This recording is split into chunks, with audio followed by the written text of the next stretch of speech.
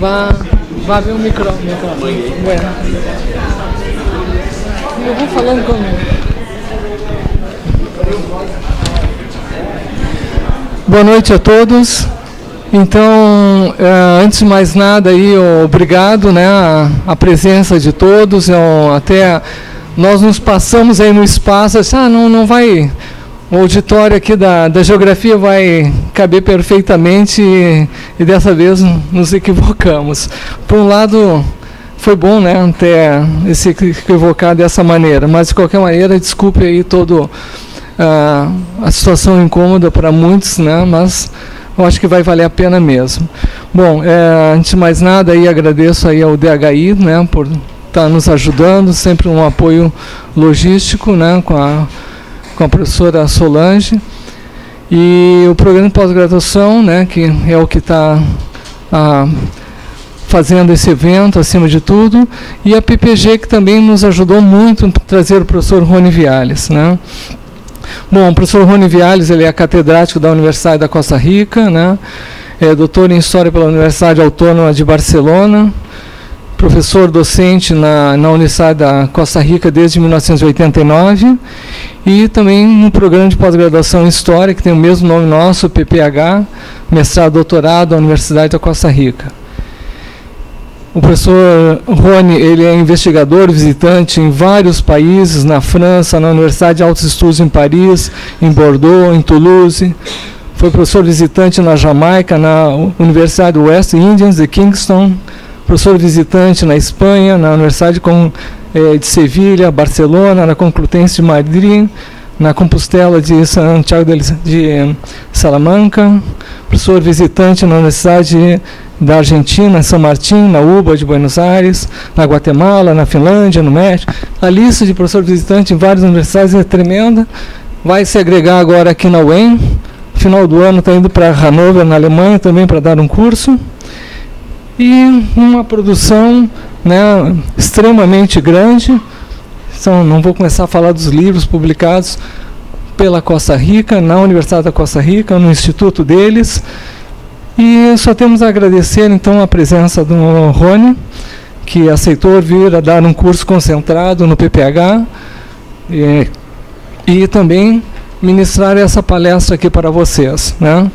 Então, a palestra é a construção social da cultura política da paz na América Central, o caminho institucional, democracia, confiança, Estado de Direito, comunidade moral, retórica política e violência, 1940 a 2010. Então, seria um pouco falar mais o currículo da pessoa. Isso qualquer um pode pegar e buscar hoje pela internet, né? Vocês vão ter toda a ficha do professor Rony Viales. Então, acima de tudo, agradecer também ao Rony a disposição de vir dar uma palestra para os alunos de graduação.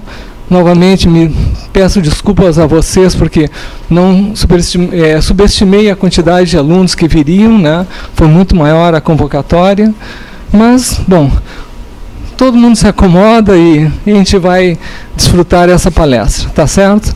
Então, muito obrigado, e Rony, passa a palavra.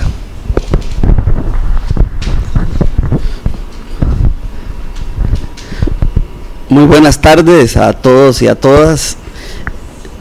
En primer lugar, quiero agradecer al profesor Luis Felipe por su invitación y a su comunidad de posgrado en Historia y también en Ciencias Sociales.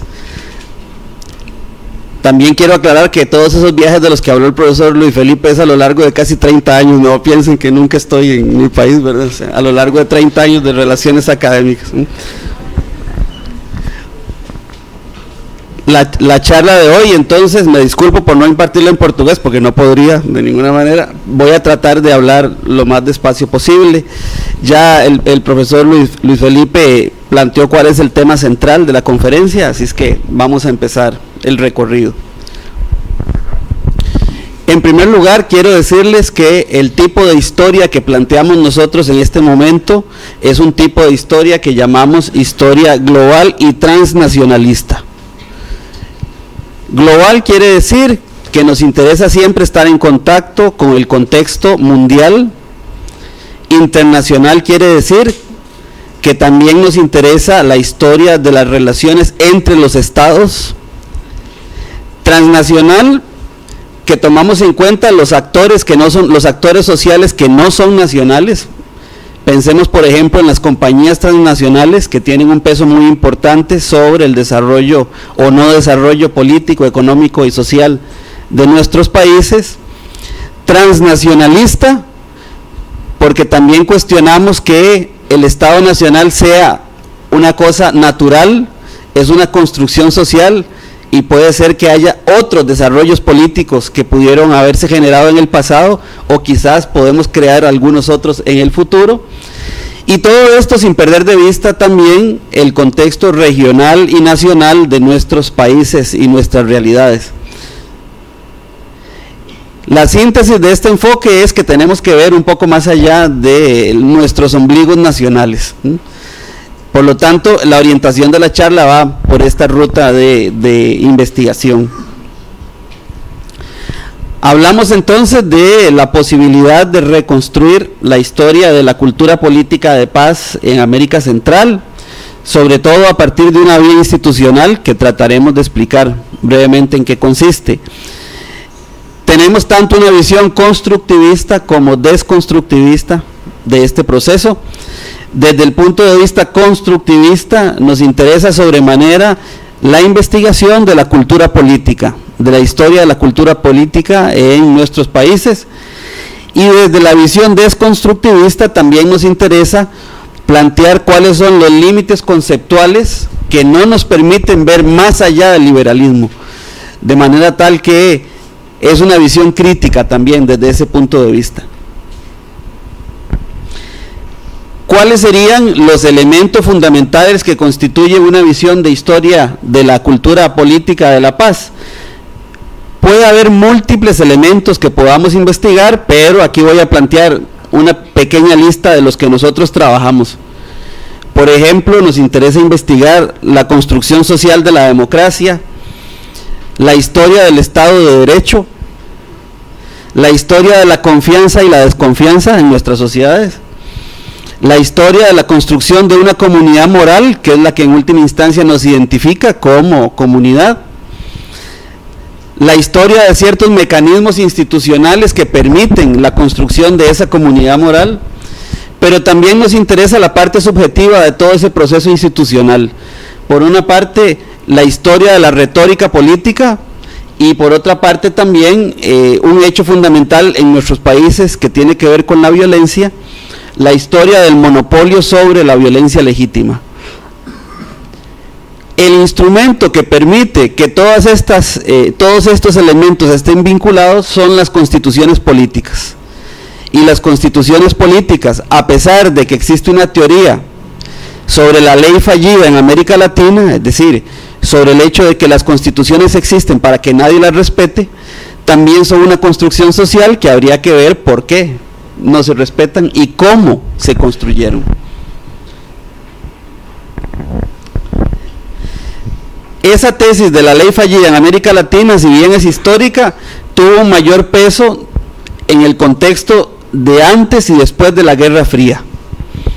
Y a partir de ese momento se empezó a pensar en la necesidad de investigar no solo las instituciones formales, sino también las instituciones informales, y desde ese punto de vista las instituciones suaves, como se les denomina. Ese contexto de la Guerra Fría tiene mucho que ver con la idea de Guillermo O'Donnell de que nosotros vivimos en democracias delegativas y no en democracias participativas, ni deliberativas. Quiere decir esto, elegimos, tenemos derecho a elegir, pero luego nuestros gobernantes no nos consultan qué es lo que creemos que es lo más importante para nosotros y para lograr las metas que teníamos como una expectativa política y social. El concepto de seguridad nacional desarrollado por Estados Unidos en el contexto de la Guerra Fría es muy importante para comprender esto, porque desde ese punto de vista la intervención, ya sea pacífica o violenta, fue legítima.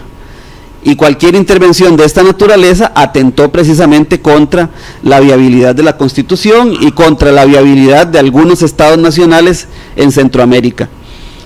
La Constitución fue nuevamente valorada como un instrumento de construcción social y de sociedad en los procesos denominados de transición democrática que se han vivido en varias partes del mundo en diferentes periodos, que para el caso de Centroamérica tiene mucho que ver con la superación de las guerras civiles de la década de 1980, y la Constitución nuevamente vuelve a ser cuestionada como un instrumento de cohesión social dentro del denominado reformismo neoliberal, que es la época que nos está tocando vivir y que les está tocando vivir a ustedes directamente, porque las otras dos épocas probablemente no las vivieron, nosotros sí, ¿verdad, profesor?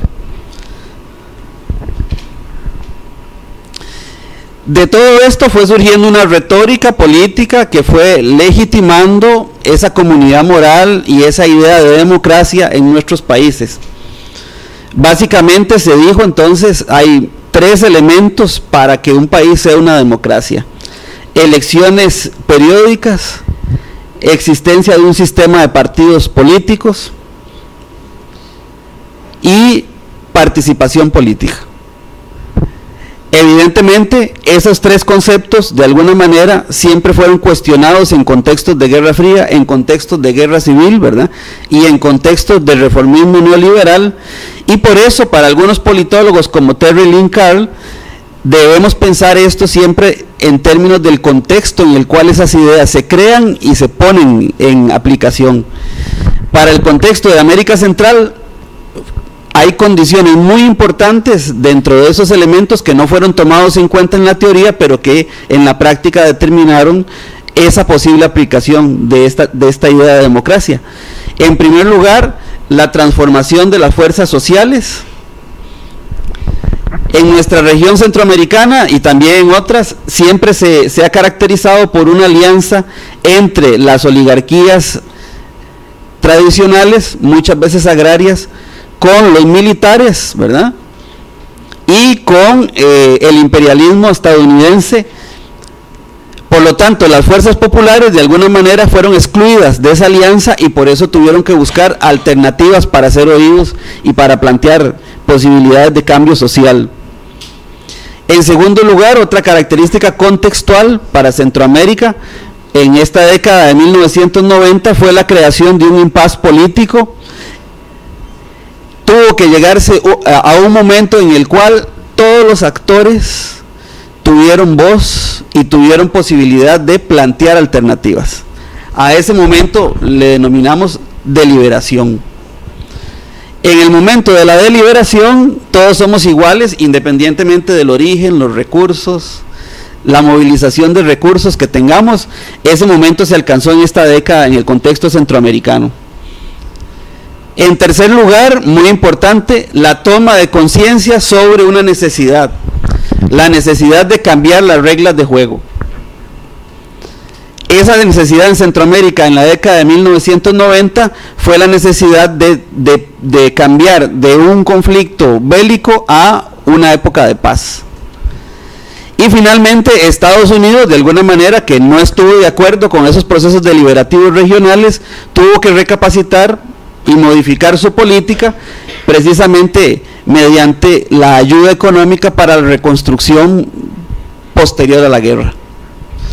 Por lo tanto, cualquier definición de democracia sin contexto no es una definición histórica. Y este fue el contexto de la década de los 90 que permitió en Centroamérica hablar de una cultura política de paz. Después de ese contexto, evidentemente el gran cambio que se generó, que se originó a partir de la crisis económica de 1980, pero que se consolidó con el consenso de Washington a partir de la década de 1990, fue el reformismo neoliberal.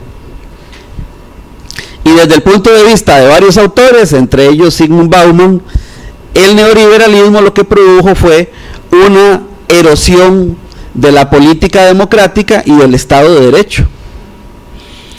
Y la consecuencia de esa erosión fue lo que él denominó en alemán la incertidumbre.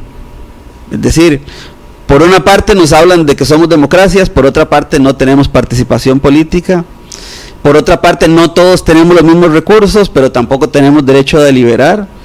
Las mujeres y los jóvenes son excluidos de manera más rotunda. Por lo tanto hay contextos importantes que tienen que ver con esta idea de incertidumbre, y sobre todo tuvo que ver con un proceso en donde los derechos ciudadanos empezaron a ser limitados. Entonces las constituciones seguían hablando de Estado de Derecho, pero la participación de los ciudadanos fue y ha sido cada vez más restringida.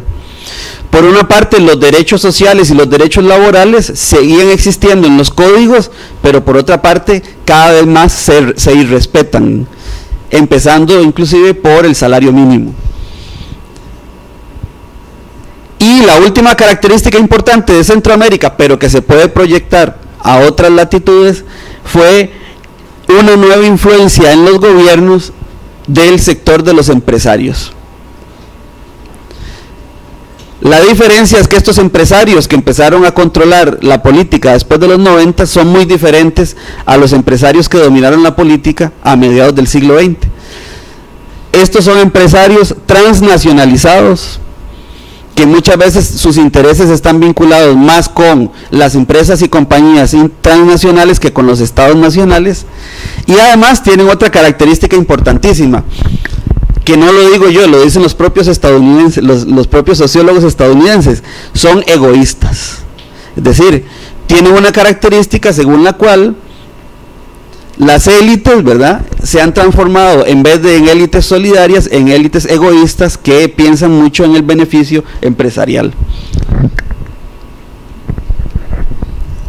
Y los Estados Unidos, que son el gran actor transnacional e internacional de ese momento, a raíz del cese de los conflictos en la región, de los conflictos bélicos, también desarrollaron nuevas estrategias. La principal, el lawfare, ¿verdad?, lo que se conoce como la guerra jurídica o la guerra local, ¿verdad?, que fue internalizada por las élites, y que en el caso de Brasil no tengo mucho que hablar de eso porque ustedes lo tienen perfectamente claro, ¿verdad?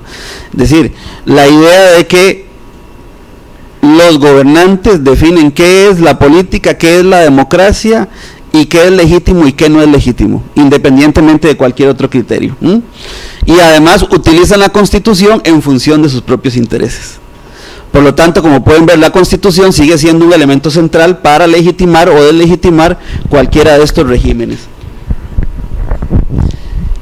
John Kerry en 2013 dijo que la era de la doctrina Monroe había terminado, ¿verdad?, pero empezó la era del lawfare, ¿verdad?, que ni siquiera está todavía definida en los diccionarios en inglés, pero que es esa mezcla entre la ley aplicada para fines de guerra. Algunos antropólogos también han estudiado otra característica de la ley en este periodo, y es que además de la corrupción de los sistemas judiciales, la mayoría de las veces la ley se le aplica a los pobres y no a los ricos, que es la tercera característica. Por lo tanto, cuando se hacen recuentos de los expedientes judiciales, generalmente quienes son condenados siempre son los pobres y quienes son absueltos son los ricos. Por lo tanto, ahí la ley también cumple otro papel importante. De aquí surge entonces una relación entre democracia y capitalismo, entre democracia liberal y neoliberalismo, que lo que plantea es un modelo democrático muy restringido a las elecciones libres y periódicas, y muy restringido a una segunda característica, que es la siguiente: la democracia finalmente también tiene una retórica de participación, pero en este contexto la participación no es deliberativa. Piensen en las asambleas que se convocan, por ejemplo, para las tarifas eléctricas, que son obligatorias, son de consulta, todos podemos ir, pero ya la decisión está tomada tiempo atrás, ¿verdad? Finalmente entonces es un tipo de participación bastante controlada y mediada. En Centroamérica, el lawfare empezó en el año 2009, podemos decir, con el golpe de Estado al presidente Zelaya en Honduras.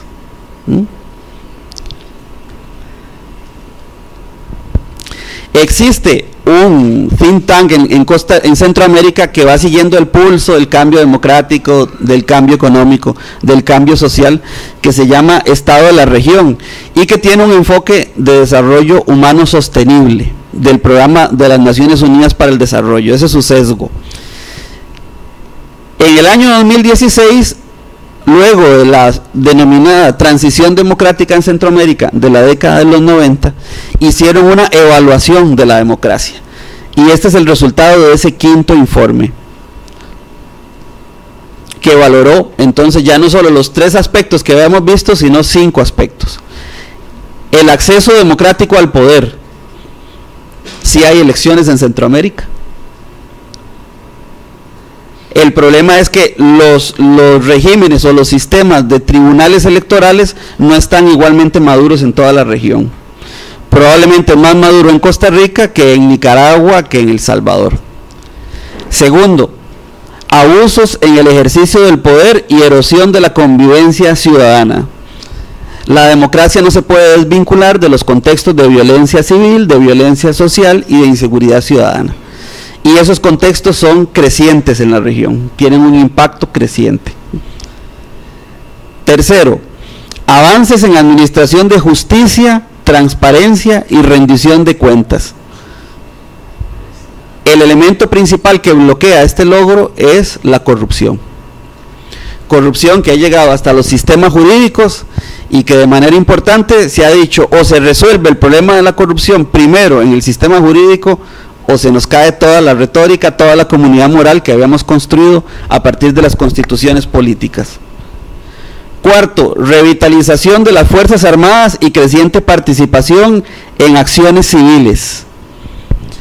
Los militares, si bien es cierto, perdieron un poco del peso que tuvieron en Centroamérica en la década del 70 y la década del 60, nuevamente han tomado peso a partir de la lucha contra la corrupción, de la lucha contra la violencia, y en alguna medida también no han abandonado los privilegios que tuvieron antes de las transiciones democráticas. Algunos ejércitos en Centroamérica tienen su propio banco, por ejemplo, su propio banco, que eso es un indicador, digamos, de que son un grupo de poder importante. Y quinto, persistente protesta social. Hay un clima de acción colectiva, de protesta social, precisamente porque los gobiernos no están dando respuestas a las demandas de la población. Un elemento básico para cuestionar la idea de la democracia. Como historiadores o como historiadoras, una cuestión importante sería preguntarnos si esos problemas son nuevos. Evidentemente no son problemas nuevos, los contextos sí son nuevos. Tenemos un contexto de creciente narcotráfico e influencia, de violencia, donde las maras aparecen como el elemento visible más importante. Una política de contención al narcotráfico, a la violencia y a la acción social, que ha sido concertada por los gobiernos nacionales, pero también en asocio con Estados Unidos y últimamente también con México, que se ha convertido en destino de los migrantes centroamericanos, ya no solo Estados Unidos, sino también México. Un contexto de pobreza creciente o de pobreza estancada. El país que menos pobreza tiene está estancado la pobreza en el 20%, que es el caso de Costa Rica, aunque Panamá a veces tiene un 19%, pero los demás países están por encima del 20% de pobreza. Un contexto de crisis económica de 2007-2008 que impactó fuertemente esta situación, la etapa final de la Guerra Fría y el contexto actual de acción colectiva, la crisis fiscal. La crisis fiscal no es nueva en Centroamérica, obviamente, pero en este momento tiene una característica importante, y es que los gobiernos están luchando por hacer una reforma fiscal, no necesariamente progresiva, mientras que la ciudadanía está pugnando por mantener las políticas sociales. Si no se logra vincular crisis fiscal, soluciones de crisis fiscal y política social, evidentemente tenemos un escenario muy complicado para el futuro inmediato. Por lo tanto, la idea de rescatar el estudio de la cultura política, de la historia de la violencia, es importante. Ya desde el año 2000, Michel Seligson, un politólogo estadounidense, indicaba que era muy importante avanzar en esa línea, no solo de investigación, sino también de promoción de la cultura política. Uno de los últimos balances sobre la región, hecho desde Gran Bretaña, plantea entonces que la transición democrática en Centroamérica no fue tan profunda como se creyó en primera instancia, y que en vez de una transición hemos pasado por 3 transiciones. La primera fue la de la guerra a la paz, la segunda fue la de la dictadura a la democracia, y la tercera ha sido la del desarrollo orientado por el Estado hacia el desarrollo guiado por el mercado. Cualquier coincidencia con Brasil, ¿verdad? No es mera coincidencia. Cuando hablamos de cultura política, hablamos de valores, de concepciones, de actitudes que van configurando una percepción subjetiva de nosotros como comunidad, ¿verdad? De nosotros como sociedad, de nosotros en relación con la democracia, con el poder. Esto se transmite por medio de creencias, de imágenes, de percepciones y hasta de sentimientos con respecto a las relaciones de dominación, de poder o de autoridad. Y eso necesariamente nos tiene que llevar a imaginarnos como colectivo, ¿verdad? Y nos tiene que llevar a pensar en qué tipo de instituciones, tanto duras como suaves, nos pueden permitir seguir conviviendo como hasta ahora, o mejor en el futuro. De esta manera, la visión institucional de la que hablábamos al principio pasa por la necesidad de identificar no solo las instituciones, las normas, los valores, sino también las instituciones suaves que de alguna manera podrían orientar esa nueva comunidad. Y esas instituciones tienen que ver con símbolos, con sociabilidades y con confianza. Y cuando hablo aquí de confianza, no estoy hablando de los estudios basados en encuestas sobre la percepción de la confianza. Estamos hablando del término que en inglés sería el de trust y distrust, básicamente confianza como fe política. Precisamente en un contexto en que estamos cuestionando y perdiendo la fe política, tenemos que construir una nueva comunidad moral sobre la base de esa idea de la fe política. Por lo tanto, para que una sociedad sea viable, no son importantes solo las instituciones formales, sino también la comunidad moral, que se basa en lealtades, se basa en solidaridades, se basa en confianza. Por lo tanto, la confianza es una dimensión importante de la cultura política. Y como tal, es un producto histórico que se puede investigar, ¿verdad? También tiene en su base un conjunto de reglas, un conjunto de normas, un conjunto de valores, y lo más importante es que puede ser viable en determinados momentos, pero no tiene que ser estático, tiene que ser una confianza variable que vaya cambiando a tono con los diferentes contextos.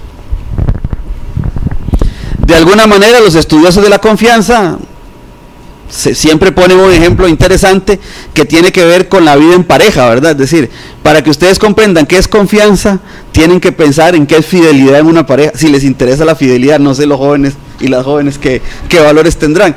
Es tener fidelidad con respecto al gobierno, a la idea de comunidad, a la idea de nación y a la idea de proyecto político que estamos defendiendo.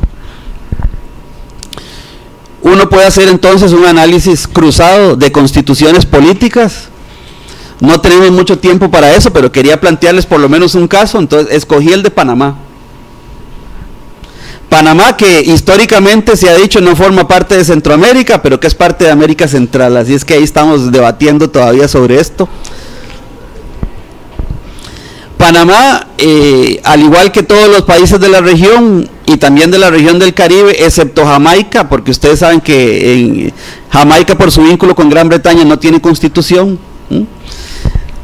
sino un conjunto de leyes, inicia su constitución política identificando cuáles son esos conceptos, esas nociones básicas que le permiten construir una comunidad moral, y son Dios, justicia, orden y bienestar. Y aquí orden básicamente tiene que ver con coerción y con el monopolio sobre la violencia legítima. Y a partir de eso se define lo que está ahí en el centro, que es el bienestar común. Por lo tanto, por constitución, el bienestar general o el bienestar común no lo definimos nosotros, sino que lo definen nuestros gobernantes. Hoy estuve viendo un rato la televisión pública, ¿verdad? Las transmisiones del Congreso y del Senado, ¿verdad? Y todos los programas fueron sobre el bienestar general de Brasil y sobre la democracia en Brasil.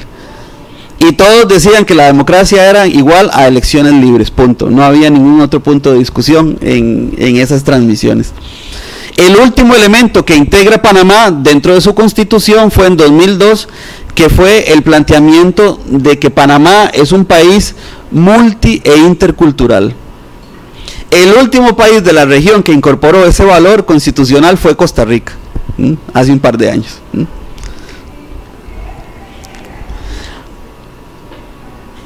Por lo tanto, La integración de esa comunidad como sociedad panameña entonces se basa en los valores de la libertad, la igualdad, la propiedad privada, la familia, el trabajo y la protección social, la educación, y todo eso constituye el bienestar general. Entonces, de manera contundente, las constituciones constituyen una comunidad moral, y la ruptura de los órdenes constitucionales también constituye la ruptura entonces de un modelo societal que tiene consecuencias muy importantes, que pueden ser inclusive traumáticas para una sociedad. Si este enfoque lo llevamos a toda América Latina, vamos a encontrar muchas similitudes, aunque también podemos encontrar algunas particularidades.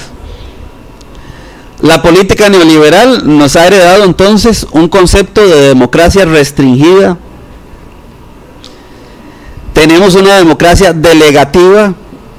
Como decíamos, una vez que elegimos ya no podemos hacer prácticamente nada más. Tenemos sistemas de partidos políticos, tenemos reglas de juego para los gobiernos y para los ciudadanos, pero el concepto de participación que se ha generado es sobre todo un tipo de participación obligada y restringida. Y en términos de la sociedad civil, no hemos vivido un proceso de ampliación de la ciudadanía ni de acceso al derecho, y por eso siempre la sociedad civil tiene que estar en un proceso de negociación constante, porque si no corre el riesgo de ser anulada, como ya ha sido anulada en otras etapas de la historia. De esa discusión surge otro concepto importante que me interesa comunicarles, que es el concepto de las democracias híbridas. Entonces, las transiciones democráticas no concluyen, no han concluido. Centroamérica, por lo tanto, puede ser una democracia híbrida, es decir, una democracia que inició procesos de transición democrática, pero en la cual algunas herencias del autoritarismo y del sistema de poder vertical no desaparecen.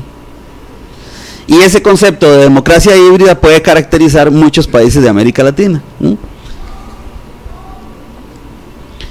La paz en Centroamérica, entonces, si lo vemos desde el punto de vista de la cultura política, no puede entenderse solo a partir del triunfo de la revolución sandinista de 1979, que acabó con una dictadura longeva en la región, la de los Somoza, ni se puede circunscribir tampoco solo al proceso de Esquipulas de 1986-87, que llevó a la formulación del Plan de Paz en Centroamérica. La violencia política, por lo tanto, no ha desaparecido. El plan de paz, desde ese punto de vista, fue un pacto entre las élites, no fue un pacto popular, por lo tanto tiene ahí un sesgo importante. Y además, las élites, como habíamos dicho hace un rato, ya no son élites nacionales, sino que son transnacionalizadas, por lo tanto están muy vinculadas con los intereses transnacionales.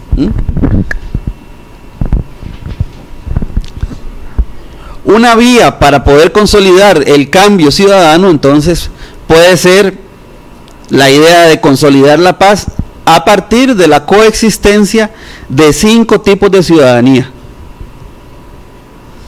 El primer tipo lo conocemos muy bien, la ciudadanía primaria, que se refiere a ese formato liberal clásico de la política como representación político-partidaria. Cualquiera de nosotros puede militar en un partido, entonces ahí está la ciudadanía primaria.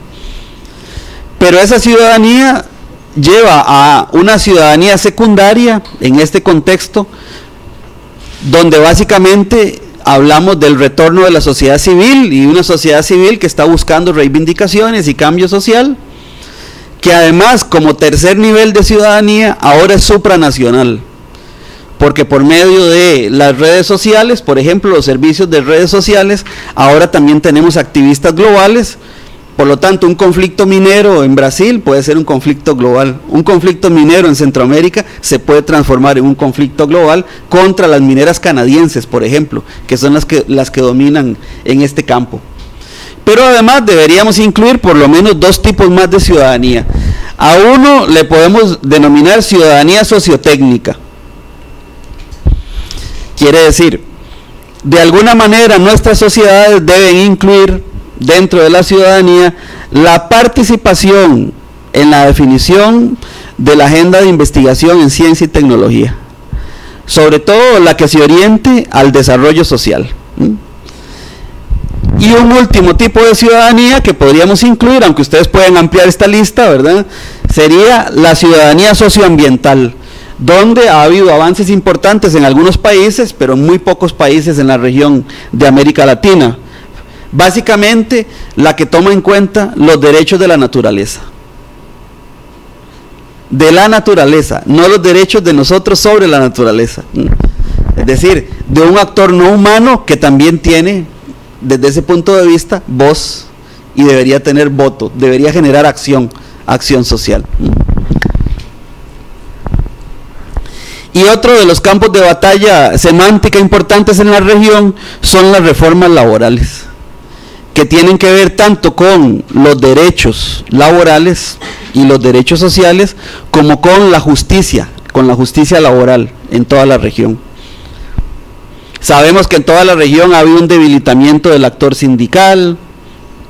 Sabemos que seguimos en una dinámica de dualidad del mercado de trabajo que nos lleva a la emigración, ¿verdad?, donde hay un grupo de trabajos de empleos bien pagados, ¿verdad?, y el resto que son asumidos por los inmigrantes, porque probablemente los habitantes de estas sociedades no quieren asumirlos ya. Sabemos que hay disparidades regionales importantísimas en términos de la transnacionalización de este mercado laboral. Sabemos que hay reformas de la justicia laboral que han sido más exitosas en unos países que en otros.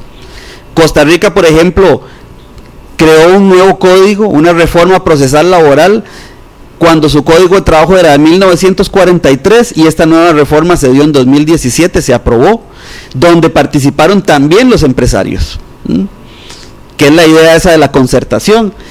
Y también sabemos que hay economías de base que son las que estamos estudiando ahora para comprender cómo sobreviven los pobres en estos contextos adversos, pero que también los empresarios las quieren conocer, precisamente porque borrando todas las mallas de seguridad social podrían seguir subsistiendo en un contexto de predominio del mercado. ¿Quiénes han sufrido en estos procesos de reforma? Ha sufrido la clase media, hay un descuido de la clase media de 1980 al presente. Todos sabemos además que hay un incremento de la desigualdad. Hay toda una retórica y una lógica de recortes al gasto público que ha permeado prácticamente todos los países de América Latina con diferentes niveles y que ha llevado a nuevas inseguridades. Una de las grandes preguntas hoy es si podré jubilarme. Ya los mayorcitos estamos hablando de la jubilación, pero la pregunta es, ¿podré jubilarme? Y los jóvenes tienen que empezar a pensar desde ahora si llegarán a jubilarse en algún momento. Y a esto es a lo que Christopher Lasch llamó la rebelión de las élites, ¿verdad? Decir, cualquier proceso de reforma social, de derecho laboral, es catalogado como un privilegio. Por lo tanto, hay que eliminarlos todos porque eso obstaculiza el libre crecimiento económico. Esto es interesante en el contexto actual por lo siguiente. Se plantea que esos son privilegios, ¿verdad? Pero en los países que están viviendo crisis fiscal, los estudios indican lo siguiente: el déficit fiscal es generalmente del mismo tamaño que las exenciones fiscales para los empresarios y que la evasión fiscal. Pero solo se ataca el sector público. Entonces, es la retórica política de unas élites que de alguna manera son egoístas y que no están pensando en el bienestar general. Ya casi termino, no se duerman. Esto es típico de Centroamérica. Podemos comparar esto con el caso de Brasil, podemos comparar esto con el caso de América Latina. Pareciera que intelectualmente hemos estado restringidos por un modelo ideal occidental, retórico, sobre la política, que nos dice que existe democracia cuando existe una política digna cuando hay democracia, liberalismo, Estado, economía capitalista y doctrina de los derechos humanos. La pregunta es, ¿qué hay más allá de eso? ¿Qué podría haber más allá de eso? ¿O qué puede complementar eso para que los problemas que hemos vivido después de 1980 sean reducidos o se puedan superar, ¿verdad? Desde ese punto de vista, hoy, por ejemplo, en mi país se dio esa marcha de los empleados públicos en oposición a un plan de reforma fiscal. Deberíamos pensar entonces, para concluir, en construir una nueva cultura política que sea deliberativa, ya no solo delegativa. Y deberíamos pensar en la constitución de una nueva comunidad moral que amplíe los derechos ciudadanos. ¿Cómo lograrlo? Bueno, eso sí no sé. ¿Cómo lograrlo? No sé, pero de alguna manera, con reflexionar, empezamos la discusión sobre cuáles podían ser esas vías, tanto institucionales formales como desde la perspectiva de las instituciones suaves, que nos permiten poner esto en el tapete, que nos permiten ver cómo se ha desarrollado esto en el tiempo, en el espacio, cuáles son los límites que tiene, y sobre todo nos permite pensar algo que tal vez ha sido más vedado para las nuevas generaciones, en las utopías sociales que pueden guiar el devenir de América Latina en los próximos 20 o 30 años. Muchas gracias.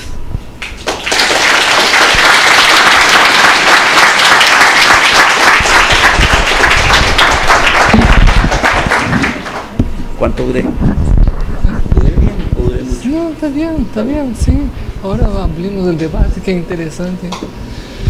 Bom, muito obrigado, Rony, pela palestra. Então, agora vemos um outro momento que também dá oportunidade aí às pessoas também a perguntarem ao professor Rony, né, ao fazer algumas questões. Então, deixa aí o microfone aí para quem queira, né, para justamente termos agora um outro momento, né, que é fazer uma reflexão sobre alguns temas que por aí passaram meio por alto, ou gostariam de ter um melhor esclarecimento. Então, deixa o microfone a quem queira se manifestar. Sim?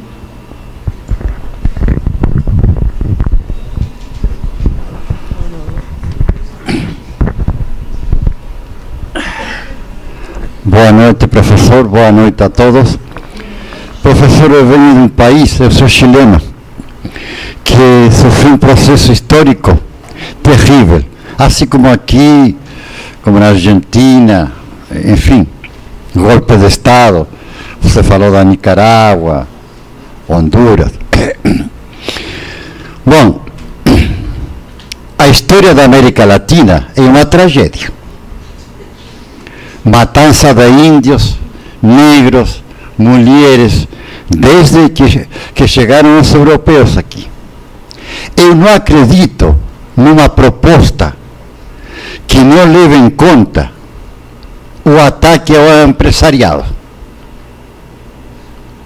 Quem constrói e quem construiu todo este processo político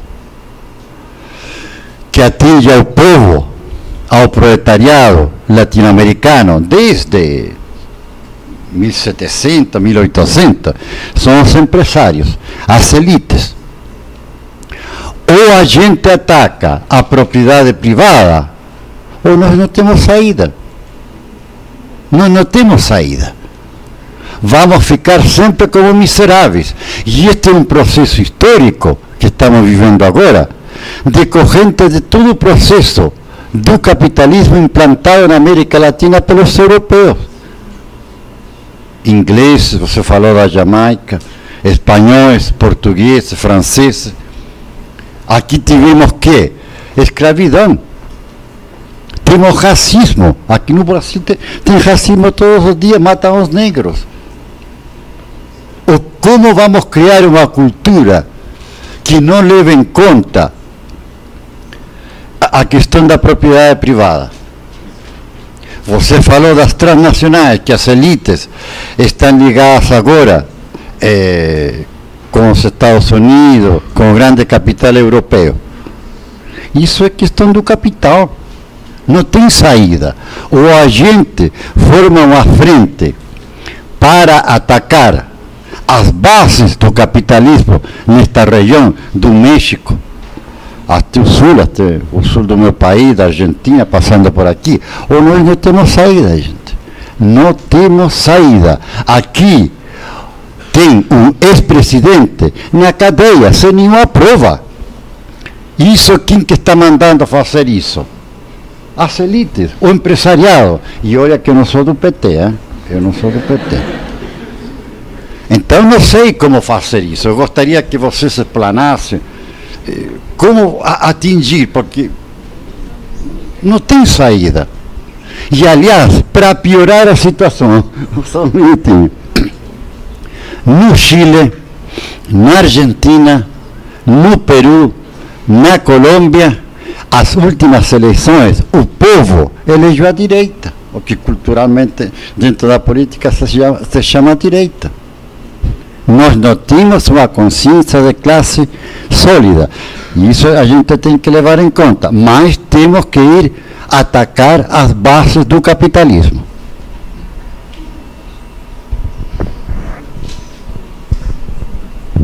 Una o oímos varias. ¿Hacemos varias o una a una?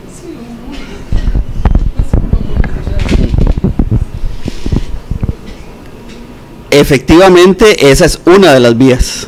Esa es una de las vías.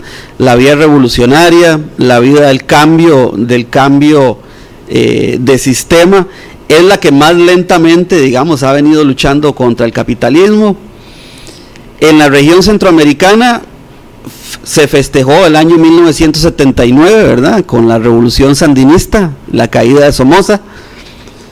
Pero bueno, décadas después, hoy estamos viviendo un proceso contrario, digamos, con un sandinismo histórico enfrentado con el sandinismo actual y con el pueblo salido a las calles, los empresarios a favor y en contra, etcétera, etcétera, ¿verdad? Entonces, la vía revolucionaria es una vía que es lenta y que requiere un proceso de preparación, digamos, las famosas condiciones objetivas, ¿verdad?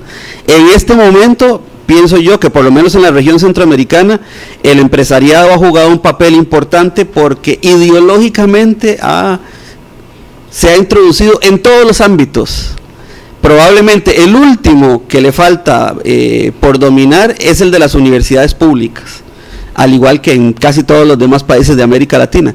Y por eso un ataque fuerte es al presupuesto estatal para las universidades, porque se dice, bueno, ellos quieren incubadoras de empresas, nosotros queremos incubadoras de profesionales críticos, y no son compatibles las dos vías. Pero la vía revolucionaria en América Latina necesita convivir con otras vías en este momento, porque hay otro elemento fundamental, que es que la juventud actual de América Latina probablemente tiene unos valores muy diferentes a la juventud de los años 70, de los años 80, de los años 90. Y eso tiene que ver también con que algunos agentes internos de las universidades han participado en un proyecto de ideologización donde el culto a la empresa privada se ha transformado en una fuerza motriz que conduce la sociedad. Algunas universidades, incluyendo universidades brasileñas, entonces tienen dentro de su plan de estudios cursos de emprendedurismo, empresariado, que para algunos jóvenes son fundamentales, pero son fundamentales siempre y cuando se tenga una visión crítica de que a la par de esto también hay que enseñar justicia laboral, derechos sociales, para que se respeten las conquistas que en algún momento fueron revolucionarias y hoy se ven y se deslegitiman como privilegios, como acabo de señalar.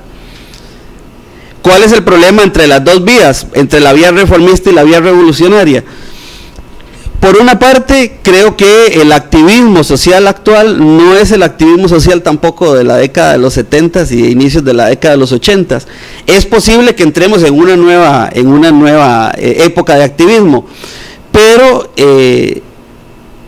deberíamos generar un tipo de formación entonces en la juventud que fuera un poco más crítica, como preparando esas condiciones para que en el futuro estén preparados como para ver qué es bueno, qué es malo, qué es cambio social y no satanizar, digamos, algunas ideas.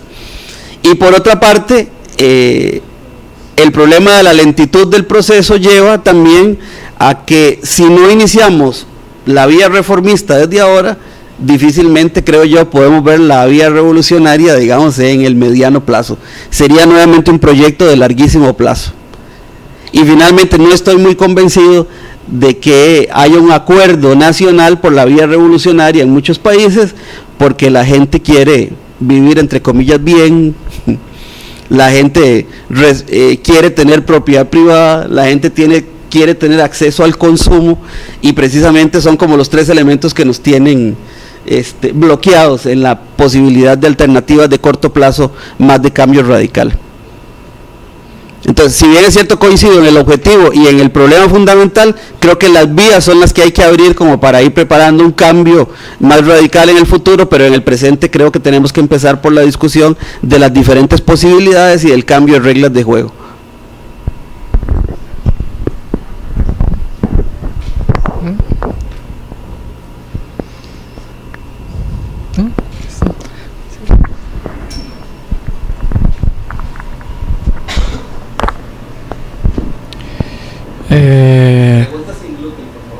Sim. Professor, em primeiro lugar, muito obrigado pela sua excelente apresentação. E eu gostaria que o senhor, se possível, falasse um pouco sobre as influências de organizações estrangeiras na América Central, em termos de estruturação de um novo pensamento de direita, de organizações de direita, no crescimento dessas organizações na região, como isso tem impactado as políticas dos países da região.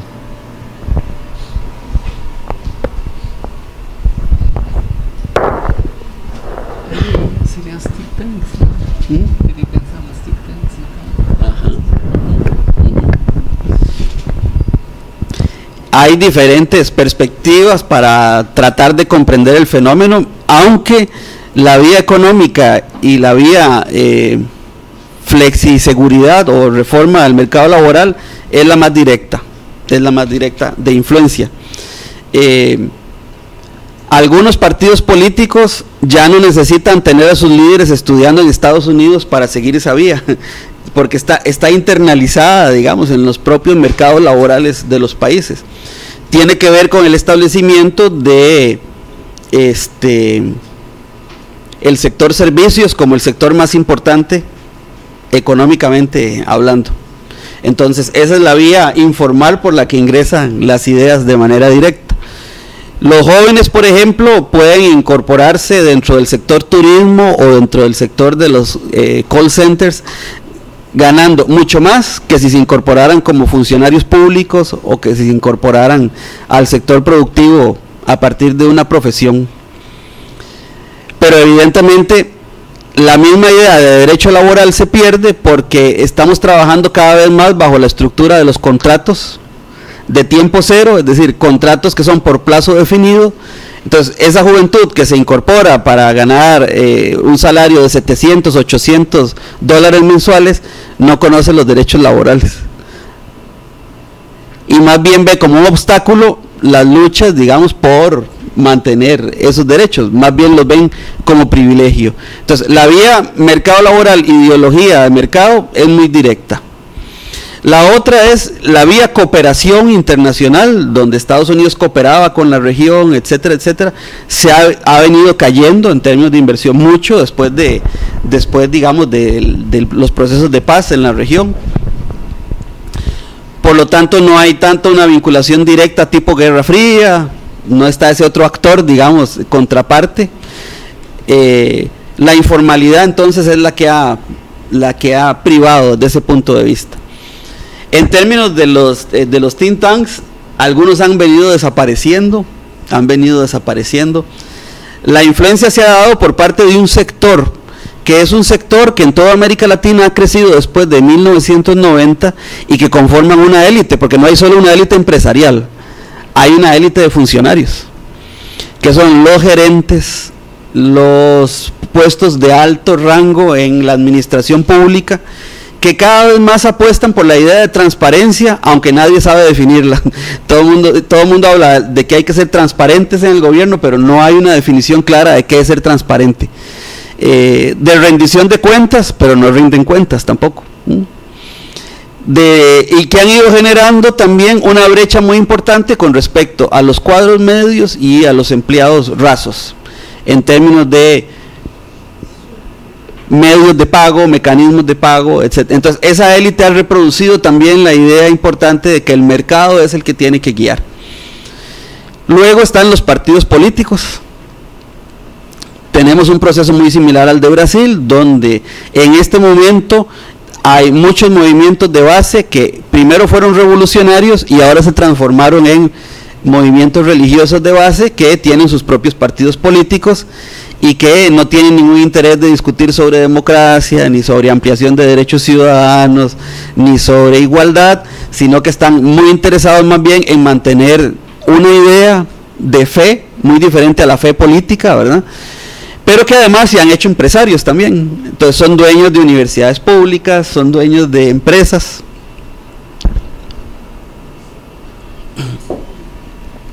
Se han visto también vinculados con fenómenos de corrupción, pero se han transformado en una fuerza política muy importante. Entonces, la ideología y el giro más hacia la derecha ha venido más por esas vías informales que por un mecanismo claramente identificable, digamos, desde ese punto de vista. En la región sí se creó una concertación entre patronos y obreros desde mediados de la década, que se originó en el caso de Costa Rica, que se conoce como el solidarismo.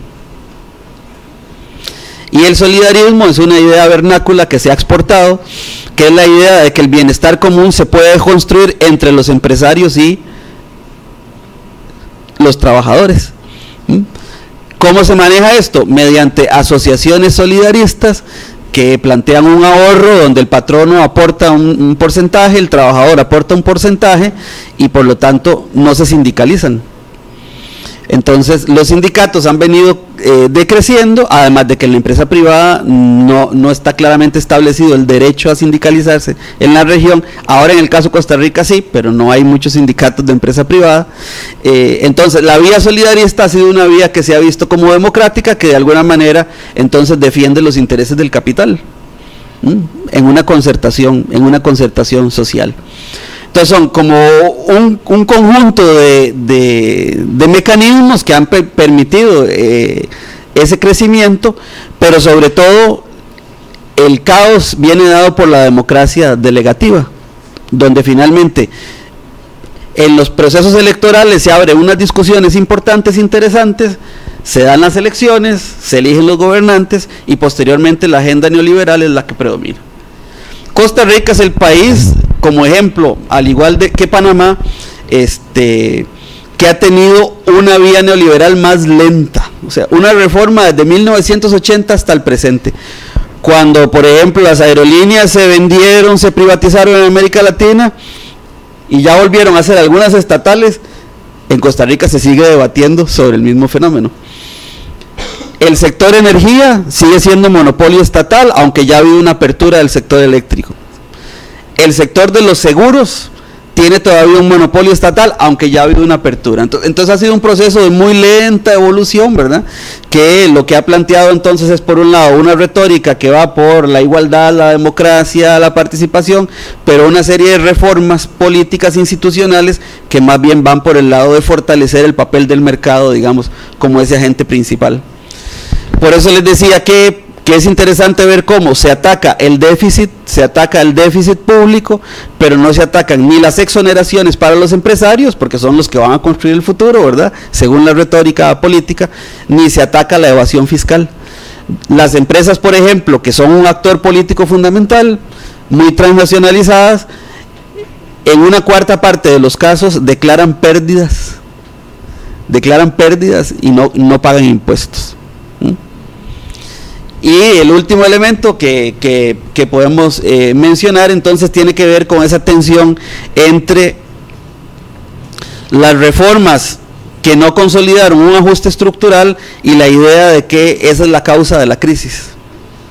Cuando en realidad sabemos que la causa de la crisis entonces tiene que ampliarse en términos de los factores y los actores que participan. Eso te podría decir en este momento.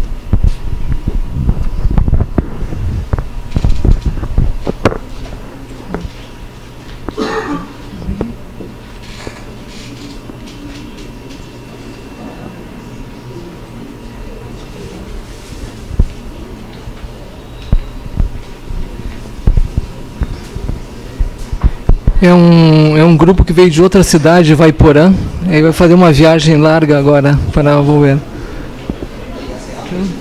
Sim.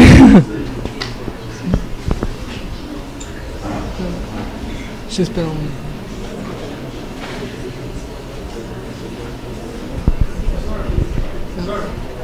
Sim.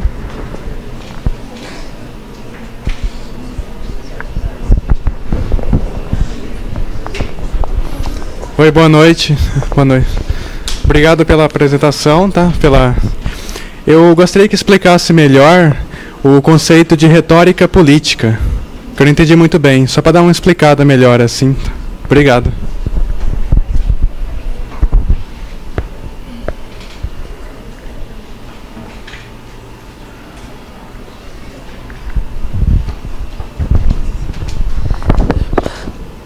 Básicamente es un mecanismo para convencer a los demás de qué está bien y qué está mal. En términos políticos, entonces, por medio del verbo, los políticos centroamericanos siempre están diciéndonos qué está mal y por qué ellos están bien. Porque lo que ellos dicen es la única alternativa, la única propuesta. Porque los valores que defienden son los valores que nos van a ayudar a todos a lograr la democracia, el desarrollo, el crecimiento, y probablemente no nos dicen lo contrario, o sea, no nos dicen por qué estamos mal, ni cuál es el origen de la crisis, ni por qué ellos no son los mejores gobernantes que existen. Entonces, básicamente es un mecanismo de convencimiento político planteando qué es la verdad.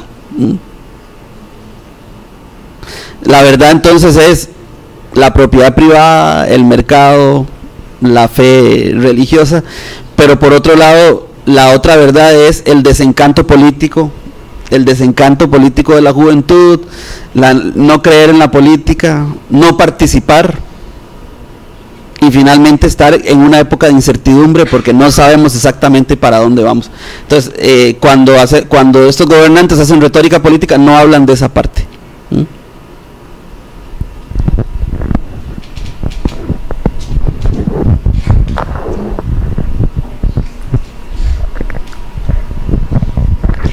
Rony, permisso para falar em português?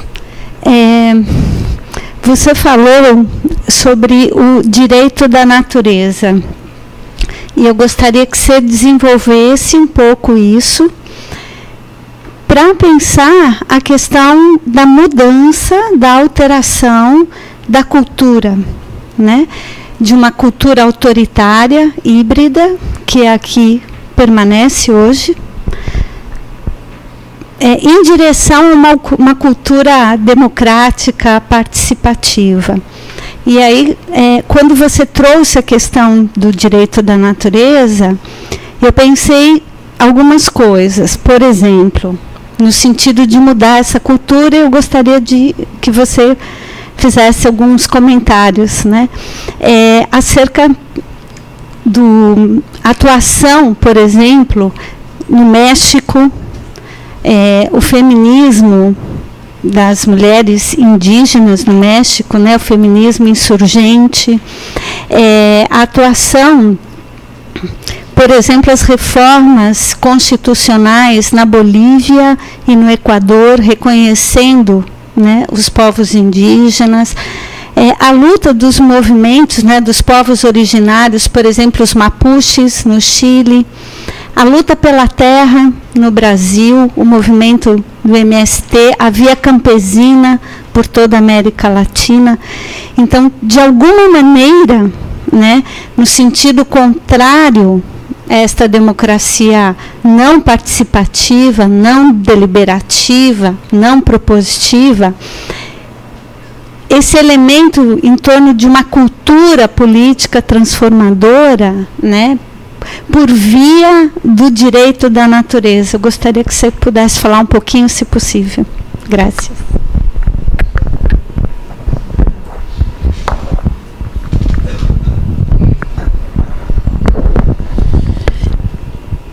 En primer lugar, podemos estar de acuerdo o no en que estamos en una nueva era, que es la del antropocentrismo, ¿verdad? La era del antropocentrismo, pero es evidente que el desarrollo del capitalismo generó una crisis ambiental.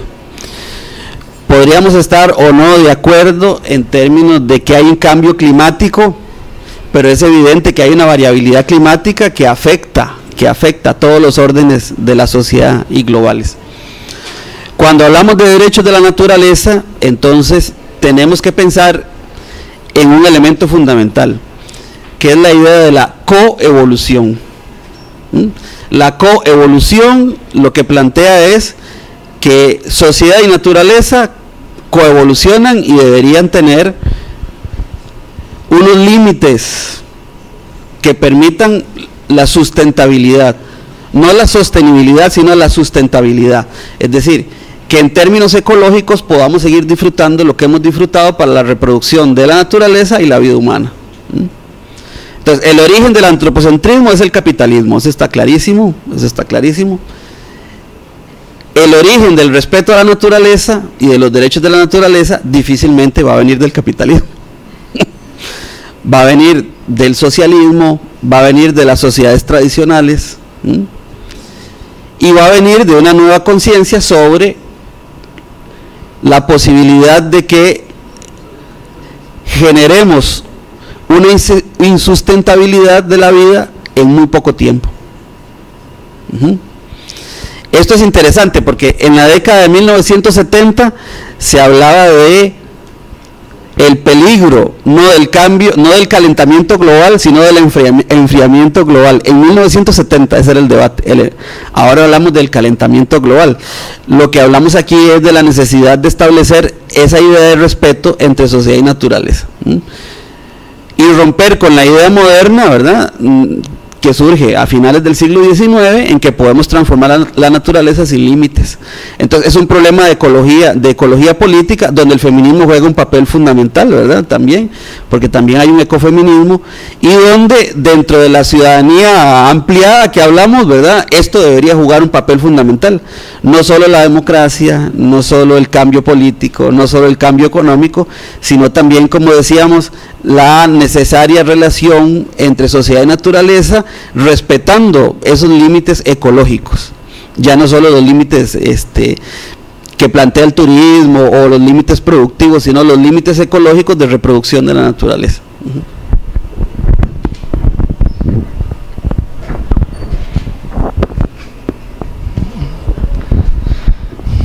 Bueno, te voy a hacer una provocación. Parece que uno cuando lee la historia de Costa Rica, parece que todo el desarrollo de Costa Rica se hace de espalda a América Central, ¿no?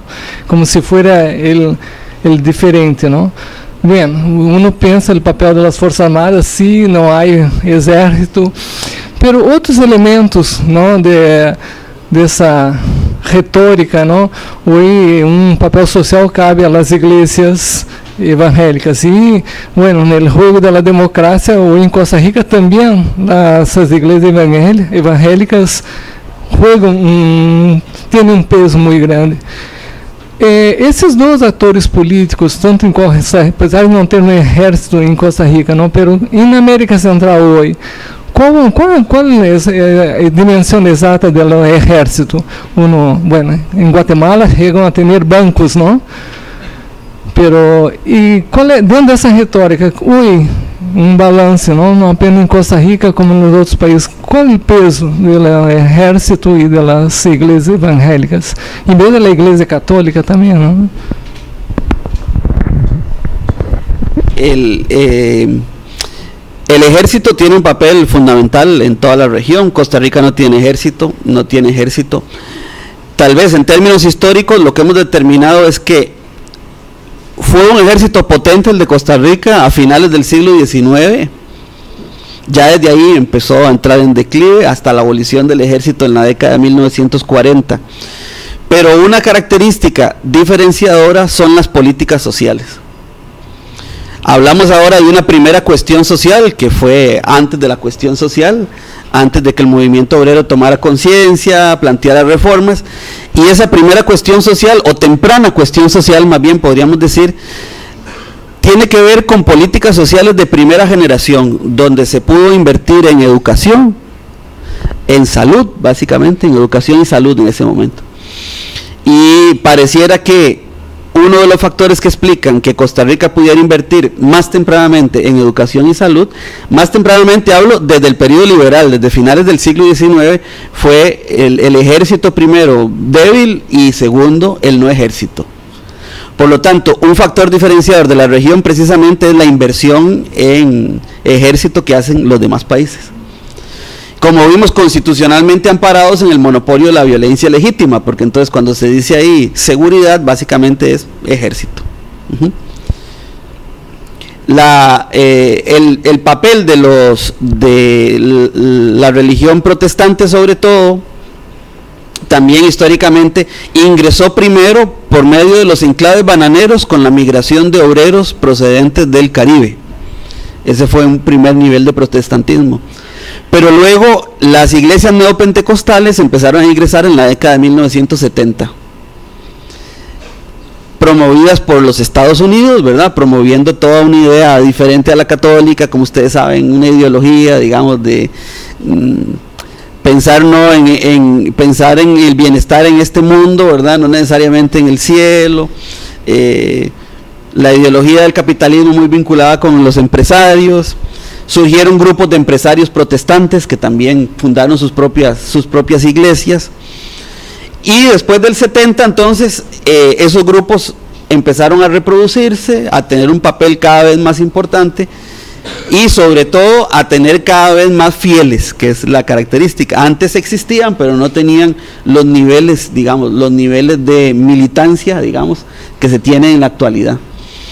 Lo que les ha permitido también un nivel de recaudación muy importante por medio de vía diezmo, ¿verdad? No todas las iglesias son iguales, pero algunas han crecido muchísimo. Lo que no se tenía tan claro era la participación más bien de otro tipo de movimiento en los procesos revolucionarios centroamericanos contemporáneos, que eran los movimientos eclesiales de base, que no en la urbe, sino en el campo, fueron los que generaron el cambio. Pero fueron los que no recibieron, digamos, el reconocimiento ni recibieron la cuota de poder merecida, digamos, dentro del proceso revolucionario, que finalmente las élites urbanas fueron las que absorbieron o tomaron el control político. Algunos de esos movimientos se desencantaron con los resultados de la toma del poder y se despolitizaron, digamos, y se convirtieron en movimientos más de trabajo comunal, no de búsqueda de toma del poder o de toma del Estado. Algunos tuvieron que emigrar fruto del cambio político, ¿verdad? El Salvador, Honduras y Guatemala tienen ya como su primer generador de recursos económicos las remesas laborales. Y si bien es cierto, no son tan grandes como las que recibe México, el porcentaje de trabajadores centroamericanos en Estados Unidos es superior en términos relativos al de México. Por lo tanto, en este momento, muchos de esos que fueron militantes de iglesias protestantes ya ni siquiera viven en esos países, sino que viven directamente en los Estados Unidos. Se ha dado entonces un proceso de elitización de esos grupos también, donde hay pastores muy potentes, muy poderosos, que son los que fundan el partido, que además pueden llegar a ser diputados. Se veía eso como un fenómeno típico del Triángulo Norte de Centroamérica, que había llegado también ya a Nicaragua.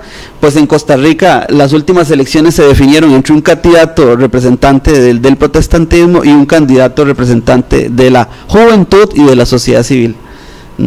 Lo que pasa es que el que ganó tuvo que negociar con la derecha, entonces las reformas que está llevando a cabo ahora no eran las que se esperaban, digamos, en ese sentido. Entonces el protestantismo sí viene creciendo como fuerza política importante.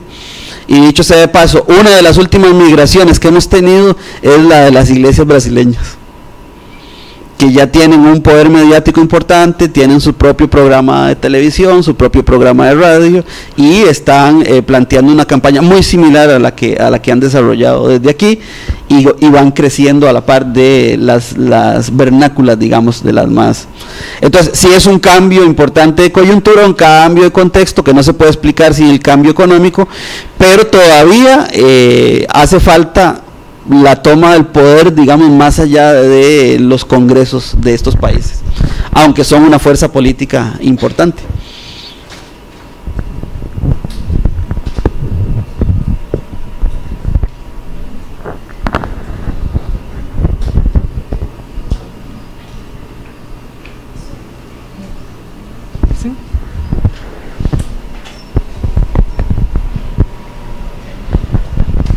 Boa noite, professor. Você fala espanhol? Não. Permisso para falar português. É o seguinte, aqui no Brasil, há uma aversão muito grande em relação ao socialismo, né? Há um socialismo que sequer existiu no Brasil, né? Então, pensando os governos de esquerda na América Latina, agora, né, dos anos 2000, o PT aqui no Brasil, Correia, Equador, Venezuela, e aí subindo, né, até chegar na Nicarágua lá em 2006. Eu estudei a participação das mulheres durante a Revolução Sandinista, então tenho bastante interesse na região, né, centro-americana, mas confesso que ainda tenho poucas informações sobre os países, né, em volta ali da Nicarágua. Mas o que eu sei da Nicarágua é que o lema, né, o governo do Ortega fala que é por uma Nicarágua cristiana e socialista, creio, né? Tem o termo socialismo, né, ainda sob a bandeira de um sandinismo, que não é mais um sandinismo, né, que está mais para um orteguismo. Tal.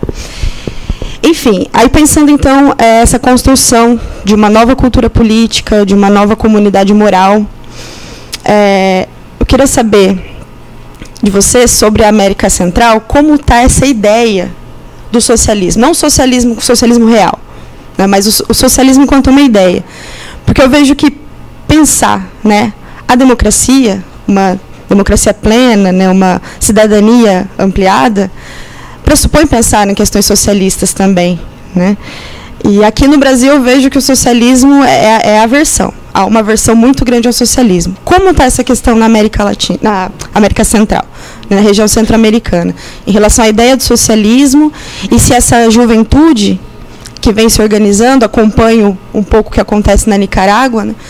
Se há organizações socialistas que fazem socialistas, comunistas, que fazem essa discussão, né, de uma nova cultura política, mas ainda com ideias do socialismo.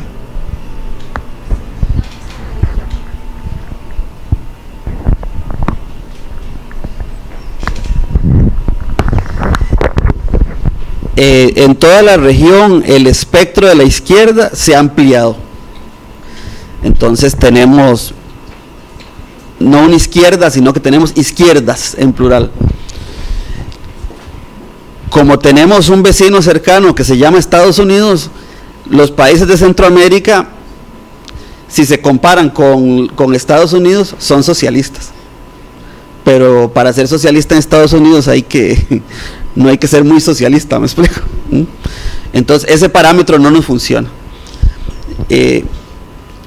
Sí ha habido crisis de la izquierda en Centroamérica, ha habido después de 1980 movimientos que desaparecieron, otros se fraccionaron, unos se plantearon como más radicales, otros como menos radicales, unos llegaron a la lucha armada, otros no llegaron a la lucha armada, unos se reconvirtieron. Las transiciones democráticas permitieron a los movimientos guerrilleros transformarse en partidos políticos, que era parte del acuerdo, similar a lo que está pasando en Colombia. Los que se transformaron ya no fueron representantes de sus bases, las bases se desencantaron con su accionar, y muchos inclusive han sido juzgados por corrupción, por vínculos con el narcotráfico y por vínculos con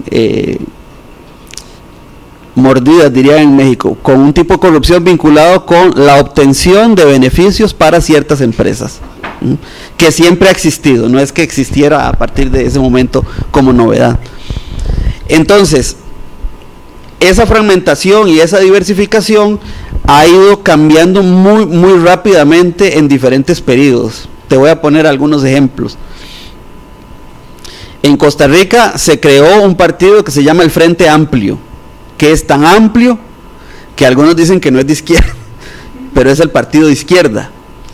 Ese partido en la legislatura pasada tuvo más de 10 diputados y fue su época de oro, fue la época de oro de un partido de izquierda con el número de diputados que llegó a alcanzar. En este momento ese partido en las elecciones actuales obtuvo un diputado y los partidos protestantes obtuvieron más de 10 diputados. Entonces por eso te digo que cambia radicalmente de una elección a otra. Entonces el cuestionamiento es muy válido. Entonces ¿qué pasa ahí con la izquierda? La izquierda más tradicional, digámoslo así, sigue manteniendo su ideología, sigue manteniendo sus valores, sus creencias. Los jóvenes tienen algunos valores incorporados de la izquierda, pero están muy permeados por el consumismo, no están dispuestos a renunciar a cierto tipo de consumo, ¿verdad? A cierto tipo de nivel de vida. No necesariamente son solidarios con los pobres, ¿verdad? Más bien hay una estigmatización de la pobreza, hay un aislamiento, no son muy solidarios, aunque a veces sí, con los indígenas. Y hay renovados movimientos de jóvenes de izquierda, pero que tienen una naturaleza muy diferente entonces a la de sus líderes históricos. Y eso es a lo que hay que llevarle el pulso, porque realmente como ha habido tantos cambios rápidos, no podría yo decir, además soy historiador, los historiadores son muy malos, ¿verdad?, diciendo qué es lo que va a pasar. No sabemos exactamente qué va a pasar, ni si esa juventud va a estar dispuesta a llevar a momentos como la década del 60, del 70 o del 80 del siglo XX, donde llegaron a tomar las armas para el cambio político. Pareciera que esa no es la vía que están defendiendo en este momento. Tal vez lo importante es que han tomado conciencia con respecto a el papel que juegan los partidos más religiosos, que han estado muy vinculados con las derechas, y que de alguna manera, para terminar de contestarle al profesor Luis, han planteado que la mejor alternativa para resolver los problemas de alguna manera puede ser un hombre fuerte, un dictador. O sea, hasta esa idea está defendiendo la derecha, digamos, en la región, diciendo, no, lo mejor es desde arriba hacer reformas, olvídense de participación, olvídense de deliberación, todo está muy corrompido, entonces necesitamos un gobierno fuerte para que el gobierno fuerte acabe con todo lo demás. Algunos cambios significativos importantes: el hecho de que los poderes judiciales en algunos países de la región estaban muy penetrados por los gobernantes. Ahora hay cierta autonomía que se está recuperando a partir de la crisis del poder judicial. Entonces, en toda la región ha habido expresidentes que han sido juzgados, que antes ese fenómeno no existía o había caído, digamos, en desuso. Entonces, sí hay alguna institucionalidad vía poder judicial que se está recuperando, pero creo que esa idea de incertidumbre es la más fuerte en términos de que hay un desencanto tremendo con respecto a la política o con respecto a lo que la política puede darme a mí. Hay un retorno muy importante del individualismo, entonces difícilmente uno puede construir colectividad a partir de individualismo. Por lo tanto, por eso es fuerte la idea y la necesidad de la cultura política, para ver, bueno, por dónde puede ir ese cambio y cuáles son esos valores que pueden llevar al surgimiento de una nueva comunidad moral. Y en el caso particular de la izquierda, tal vez la mayor crisis regional en este momento es Ortega y Nicaragua. Por una parte, Ortega sigue siendo el símbolo del sandinismo, por otra parte, él mismo ya está apartándose un poco precisamente por el cambio social que ha habido en Nicaragua, por el surgimiento de esos grupos religiosos fuertes, que son en algunos momentos su base de apoyo, y que no le conviene tampoco que se conviertan en críticos del sistema. Pero en términos regionales, la izquierda también está dividida con respecto a Ortega, es decir, Algunos siguen diciendo que es el símbolo del socialismo realmente existente, y otros dicen que ya cayó en un proceso de corrupción igual que la derecha.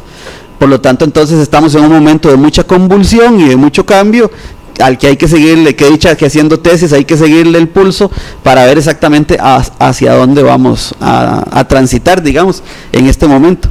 La idea de democracia híbrida es muy importante porque no se ha perdido la posibilidad de que los regímenes autoritarios retornen. Y el origen de la crisis en Nicaragua tuvo que ver precisamente con un ataque hacia el estado de bienestar, cuando se pretendió subir la cotización, digamos, para la jubilación, ¿verdad? Que es muy contradictorio que un gobierno de izquierda, digamos, haya tomado esa medida, pero no es contradictorio si se toma en cuenta la crisis fiscal que viven los países. Entonces ahí es donde estamos en este momento discutiendo. Y tal vez que para sintetizar todas estas preguntas que me hicieron, aunque no parezca, yo no soy historiador político, yo soy historiador económico. Pero, ¿cuál es el problema fundamental? El problema fundamental es que no se ha tomado conciencia de que nuestros países, cuando han vivido mejor, lo han hecho con base en un estilo de desarrollo basado en la deuda. Entonces, qué difícil, ¿verdad? Es decir, han vivido bien cuando han pedido prestado. La crisis llega cuando los préstamos llegan a un nivel que ya supera, digamos, lo que se puede pagar. Pero no hay que perder de vista eso, ¿verdad? Es decir, el desarrollismo básicamente se logró con base en préstamos. Entonces, eliminar totalmente la vía del endeudamiento, pienso yo que no es la vía como para lograr más crecimiento, más desarrollo, más democracia. Así es que lo que tenemos que aprender un poco también es cómo endeudarnos sin ir más allá de ese límite que nos puede llevar a una crisis económica que puede desembocar en una crisis política.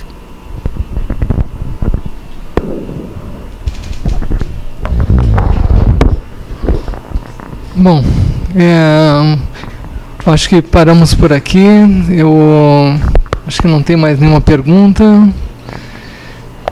É isso. Rony, professor Rony, né? Em nome aí de todos os colegas, alunos de graduação, de pós-graduação que vieram, nós só temos a agradecer, tá? E muito obrigado aí pela palestra.